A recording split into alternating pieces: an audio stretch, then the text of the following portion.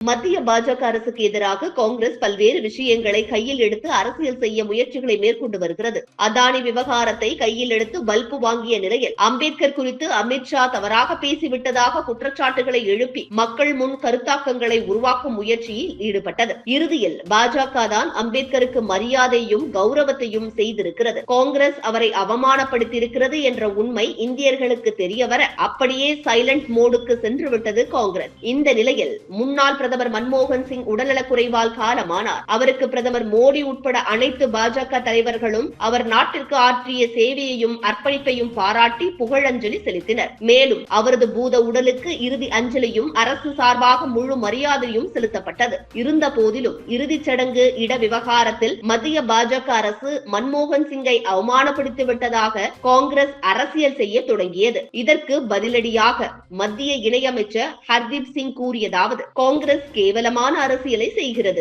இறுதிச் சடங்கு குறித்து காங்கிரஸ் தலைவர் மல்லிகார்ஜுன கார்கே கடிதம் எழுதியிருந்தார். மத்திய உள்துறை அமைச்சகம் அவர்களின் கோரிக்கையை ஏற்று உடனடியாக அறிக்கை வெளியிட்டது. மன்மோகன் சிங் மறைந்த அடுத்த நாள் நள்ளிரவில் தான் அந்த கடிதம் தங்களுக்கு கிடைத்தது. ராஜ்காட்டை சுற்றியுள்ள பகுதிகள் சமதளமாகவும் தண்ணீர் தேங்கும் நிலையிலும் உள்ளன. அன்று டெல்லிக்கு கனமழை எச்சரிக்கை விடுக்கப்பட்டிருந்தது. இந்த குறுகிய காலத்தில் அனைத்துக்குமான விஷயங்களை எழுப்ப முடியுமா என்று காங்கிரஸ் கட்சியிடம் கேளுங்கள். அமைச்சகம் அதன் கட்டுப்பாட்டுக்குள் அனைத்தையும் செய்தது. மன்மோகன் சிங் பிரதமராக இருந்த போது அவருக்கு தெரியாமலேயே சீனா சென்று புரிந்துணர்வு ஒப்பந்தத்தில் காங்கிரஸ் கையெழுத்திட்டது என்று பதிலடி தந்தார். இப்படி இருக்க பாஜகவின் அமித் மால்வியா ராகுல் குறித்து பேசிய கருத்து கவனம் ஈர்த்திருக்கிறது. முன்னாள் பிரதமர் மன்மோகன் சிங் மறைவுக்காக நாடே துக்கத்தில் மூழ்கி இருக்கிறது.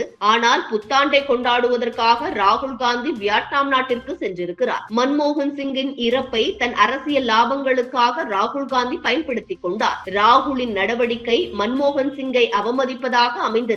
சோனியா குடும்பத்தார் அனைவருமே சீக்கிய மக்களை எப்பொழுதுமே வெறுத்து வந்துள்ளனர். இந்திரா காந்தி இறந்த பொழுது இவர்கள் டெல்லியில் நடத்திய வெறியாட்டத்தை யாரும் மறக்க முடியாது என்று கூறியிருக்கிறார். முன்னாள் பிரதமர் மன்மோகன் சிங்குக்கு உரிய மரியாதை வழங்கவில்லை என்று காங்கிரஸ் கிளறியதன் விளைவு தற்போது நேரு குடும்பத்தை தவிர்த்து காங்கிரசால் மறைக்கடிக்கப்பட்ட பிற முக்கிய தலைவர்களான சர்தார் வல்லபாய் பட்டேல், கர்ம வீரர் காமராஜர், நரசிம்மராவ் வரிசையில் மன்மோகன் சிங் ஆகியோருக்கு பாஜக கௌரவப்படுத்தி இருப்பது நாட்டு மக்களுக்கு தெரிய வந்திருப்பதாக அரசியல் விமர்சகர்கள் கருத்து கூறி வருகின்றனர். இதுபோன்று முக்கிய நிகழ்வுகள், அரசியல் தகவல்களை ஆழமாகவும் மாறுபட்ட கோணத்திலும் அறிந்து கொள்ள மறக்காமல் உங்கள் IND தமிழ் 24x7 பக்கத்தை பின்பற்றிக் கொள்ளவும்.